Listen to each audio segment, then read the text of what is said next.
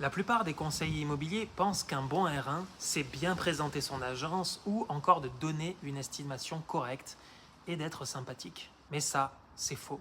Un R1 moyen, ça fait exactement ça, alors qu'un R1 d'excellence fait quelque chose de radicalement différent. Et dans cette vidéo, je vais te montrer exactement ce que c'est, avec les erreurs précises que je vois répétées des centaines de fois, et aussi je vais te dire ce que tu dois faire à la place. Erreur numéro 1, se laisser dicter les règles de l'entretien. Tu arrives chez le vendeur, tu n'as pas encore enlevé ton manteau, et c'est à ce moment-là qu'il te dit je vous préviens, j'ai 30 minutes. Ce moment-là, les 30 premières secondes, va donner le ton de toute la relation.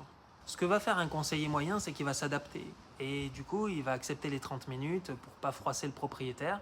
Donc il va sourire et il va dire pas de problème. Et il va se mettre du coup directement en position d'infériorité avant même d'avoir commencé.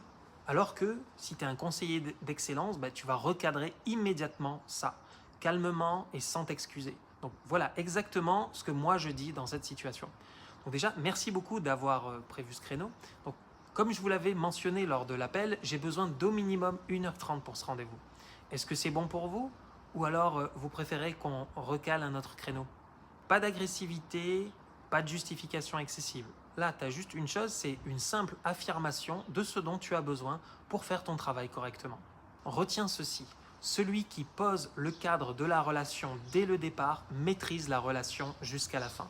Et celui qui l'accepte en revanche sans broncher vient de perdre cette maîtrise. Et ce, avant même d'avoir posé la première question. Donc ensuite, il y a une deuxième dimension à cette erreur et cette dimension, elle est tout aussi importante. C'est le fait de déroger à son propre process de travail. Si tu as structuré ton R1 avec une découverte vendeur avant la visite du bien, tu le fais, toujours, et ce, sans exception. Et ce, même si le vendeur propose par commencer de voir le bien. Et même si tu sens au fond de toi ou tu le vois qu'il est pressé. Parce que retiens également ceci, ce qui fait la différence entre un conseiller bon et un conseiller immobilier excellent, c'est la répétition et la répétition encore du même mode opératoire jusqu'à ce que ça devienne une seconde nature. Plus tu pratiques, plus tu es à l'aise. Plus tu es à l'aise, tu es plus performant et plus tu es performant et plus tu signes de mandat exclusif. Donc comme le disait notre ami Aristote, l'excellence n'est pas un talent, c'est une habitude. Ensuite, erreur numéro 2, c'est de rester en surface avec le propriétaire et le manque de courage commercial. Donc là, ici, c'est l'erreur la plus répandue et la moins avouée par les conseillers immobiliers ou même par les réseaux habituels de mandataires. Tu as la majorité des conseillers qui font une découverte uniquement rationnelle. Le prix souhaité, les délais de vente, les charges, la surface, la situation juridique, tout ça c'est nécessaire. C'est insuffisant. Ce qu'ils n'osent pas faire, c'est la découverte émotionnelle. Les vraies raisons de la vente. Pas juste je vends parce que je déménage. Mais qu'est-ce que ce déménagement représente pour vous? Qu'est-ce qui se passe dans votre vie en ce moment? Mais aussi, tu peux demander quelles sont les conséquences d'une non-vente. Qu'est-ce qui se passe pour vous si ce bien n'est pas vendu dans les 3 prochains mois? Tu peux aussi poser des questions sur les expériences passées. Vous avez déjà travaillé avec un agent immobilier dans le passé? Comment ça s'est passé spécifiquement? Qu'est-ce que vous voudriez absolument ne pas revivre? Donc toutes ces questions que je te pose, elles peuvent parfois sembler intrusives à certains conseillers. Et c'est précisément pour ça que la plupart des conseillers ne les posent pas. Mais voilà ce que je vais te dire encore. Et c'est peut-être la chose la plus importante de cette vidéo.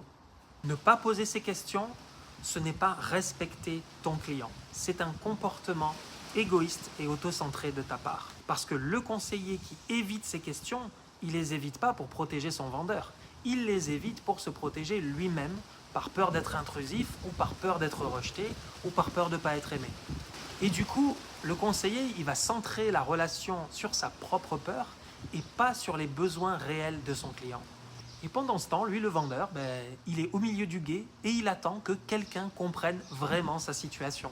Il attend quelqu'un qui ose aller là où tous les autres ne sont jamais allés. Ou là où tous les autres n'osent pas aller, tout simplement. Ce vendeur, il t'a fait venir parce qu'il t'a suffisamment fait confiance pour t'ouvrir sa porte. Donc il t'a déjà donné la permission d'aller plus loin.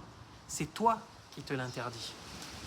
Le courage commercial, c'est de poser les questions pertinentes même quand elles sont inconfortables. Pas parce que tu veux être intrusif, parce que je sais que ce n'est pas ton intention, mais parce que ton client mérite quelqu'un qui comprend vraiment ce qu'il est en train de traverser. Et la vente est avant tout une discipline émotionnelle. L'être humain se croit profondément rationnel, or il ne l'est pas. Si tu veux convaincre quelqu'un, tu dois d'abord comprendre son monde intérieur et pas seulement ses critères de vente. Ensuite, l'erreur numéro 3, c'est de ne pas aller au bout de ton propre process de travail. Un R1 d'excellence, c'est avant tout l'exhaustivité. Toutes les informations récoltées, émotionnelles, rationnelles, juridiques, techniques, sans exception et sans raccourci. Tu as beaucoup de conseillers immobiliers qui suivent leur propre process à hauteur de 60, 90% et peut-être presque 50%. Pourquoi? Parce qu'ils pensent avoir compris, parce que le vendeur il semble pressé, parce qu'ils n'osent pas aller jusqu'au bout de leur propre process. Et ces 20 ou 30% manquants qui ne sont pas appliqués, eh bien, c'est souvent là que se cache le frein principal du vendeur et qu'on n'a pas vu parce qu'on n'est pas allé au bout du process. C'est celui qui va peut-être t'empêcher de signer le mandat exclusif. C'est le frein que tu aurais pu lever si tu l'avais identifié. Mais tu ne l'as pas vu parce que tu as abrégé ta découverte. Chaque question de ton process commercial existe pour une raison. Donc respecte-le, ce process commercial. Ensuite, je vais te dire ce qu'est un R1 d'excellence. Un R1 d'excellence, il se reconnaît à deux choses précises. Premièrement, l'exhaustivité. Toutes les informations qui devaient l'être ont été récoltées. Et du coup, tu sors de ce rendez-vous en sachant exactement qui est ce vendeur, à la fois rationnellement et émotionnellement. Tu connais ses freins, ses motivations profondes, ses expériences passées, ce qu'il veut éviter et ce dont il a besoin. Et là, il n'y a aucun angle mort. Ensuite, deuxièmement, la deuxième chose, ce à quoi on reconnaît un R1 d'excellence, c'est la marque. Donc ce conseiller immobilier dont on parle, il a laissé une impression. Pas juste qu'il était sympathique, pas parce qu'il était au-dessus juste de la moyenne techniquement ou autre, mais une présentation soignée, une élocution précise, des questions pertinentes, une posture de quelqu'un qui prend sa place et sans s'excuser d'être là. Ça, c'est quelqu'un qui a eu la maîtrise de la relation. Donc, tu vois bien que ça n'a rien à voir avec de l'arrogance, c'est juste de la compétence qui est perçue, qui se voit par le propriétaire-vendeur. Et le vendeur, même s'il ne sait pas l'exprimer, il sait faire la différence entre quelqu'un qui vient juste mendier son mandat et quelqu'un qui vient apporter une expertise. Et cette différence, elle se joue dès les premières minutes et elle ne se rattrape pas. Donc maintenant, ce dont je vais te parler, c'est le moment où tout se joue. Il y a un moment précis dans chaque R1 où le conseiller immobilier gagne ou perd le mandat exclusif. Et ce moment, c'est le moment où il n'a pas su identifier le frein principal du vendeur. Chaque vendeur a un frein.